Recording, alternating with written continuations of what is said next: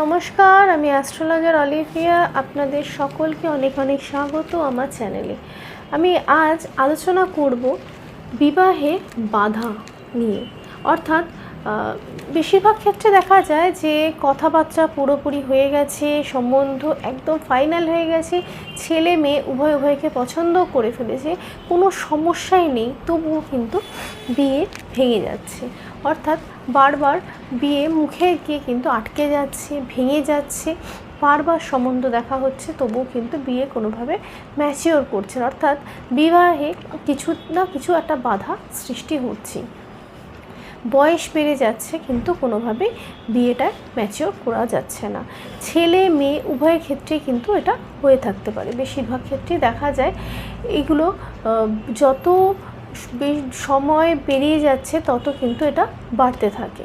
অর্থাৎ বয়সের সাথে সাথে এটা অনেকটা বেড়ে যায়। এই সমস্যাটা কেন হয়?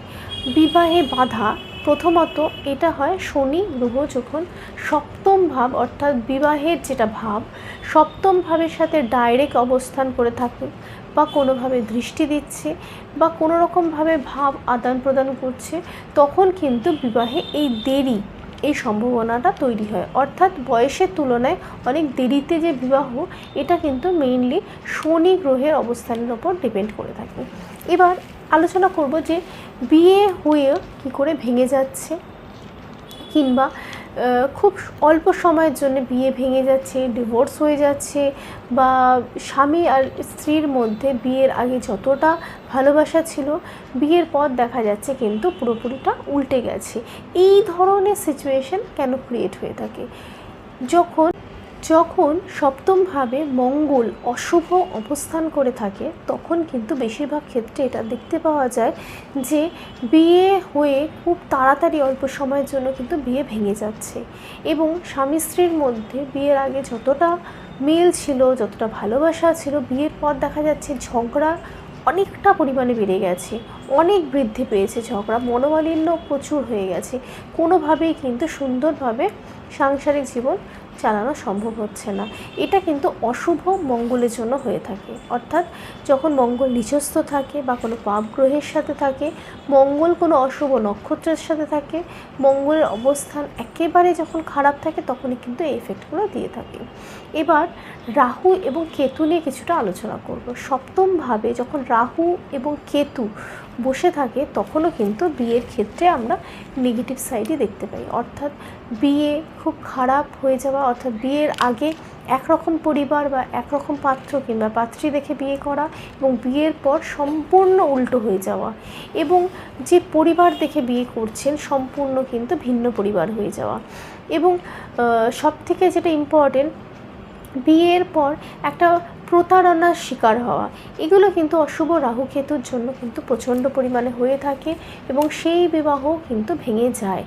তো আজকে আমরা এই সমাজে দাঁড়িয়ে যখন দেখি যে একটা মেয়ের যখন বিয়ে ভেঙে যাচ্ছে খারাপ পরিবারে বা খারাপ ছেলের সাথে বিয়ে হওয়ার পর, তখন কিন্তু মেয়েটিকেই কিন্তু দোষারোপ করা হয়, এবং মেয়েটিকেই বলা হয় যে ওর বিয়ে ভেঙে গেছে। কিন্তু এটা কিন্তু মেয়েটির জন্মছকে যে বিবাহের যে পজিশান, সেটা যদি প্রথমেই সঠিকভাবে প্রতিকার করিয়ে নেওয়া যায়, তখন কিন্তু সেই মেয়েটির কিন্তু এই ধরনের জিনিস ফেস করা দরকার পড়ে না। শুধু মেয়ে বলে না, ছেলেদের কুষ্ঠিতেও কিন্তু বিবাহের এই রাহু কেতু কিংবা মঙ্গল, অশুভ মঙ্গল বা শনির এই যে এফেক্টগুলো আমি বলে, এটা কিন্তু ছেলের জন্মকুষ্ঠিতেও থাকতে পারে, এবং একটি মেয়ের ক্ষেত্রে যা যা ঘটনা ঘটছে সেটি কিন্তু একটা ছেলের সাথেও হতে পারে। অর্থাৎ ছেলেটি যেরকম মেয়ে দেখে বিয়ে করলো, বিয়ের পর সম্পূর্ণ পাল্টে যাওয়া, উল্টে যাওয়া, কিংবা মেয়ের পরিবার পুরোপুরি আলাদা হয়ে যাওয়া, একেবারে ভাবনার বাইরে বেরিয়ে যাওয়া, যেরকম বিয়ের আগে ছিল ঠিক তার উল্টো হয়ে যাওয়া, এগুলো কিন্তু ছেলেটির সাথেও হতে পারে। এবং বিয়ের পর বিয়ে ভেঙে যাওয়া, যেটা আমি প্রথমেই বললাম, কোনোভাবে ম্যাচিওর করছে না, এগুলো কিন্তু সব এই অশুভ গ্রহের অবস্থান অনুযায়ী কিন্তু হয়ে থাকে। অর্থাৎ এই যেগুলো আমি বললাম, এগুলোতে শুধু বিবাহে বাধা কিংবা দেরি নয়, বিবাহ ভেঙে যাওয়া কিংবা বিবাহের পর কোনো অসুবিধা বা কোনো সমস্যাতে পড়ে যাওয়া, এগুলো কিন্তু দিয়ে থাকে। তো আজকে আমি খুব অল্প আলোচনা করলাম, খুব শিগগিরই আমি বিবাহের আরেকটা পার্ট নিয়ে আলোচনা নিয়ে একটা ভিডিও নিয়ে আসবো। ততদিন সকলে ভালো থাকবেন, সুস্থ থাকবেন, এবং যদি অন্য কোনো বিষয় সম্পর্কে আপনাদের ভিডিও চাই বা অন্য কোনো বিষয় সম্পর্কে আপনারা জানতে চাইছেন, সেটা অবশ্যই লিখে পাঠাবেন। সকলে ভালো থাকবেন। আজকের জন্য এইটুকু। নমস্কার।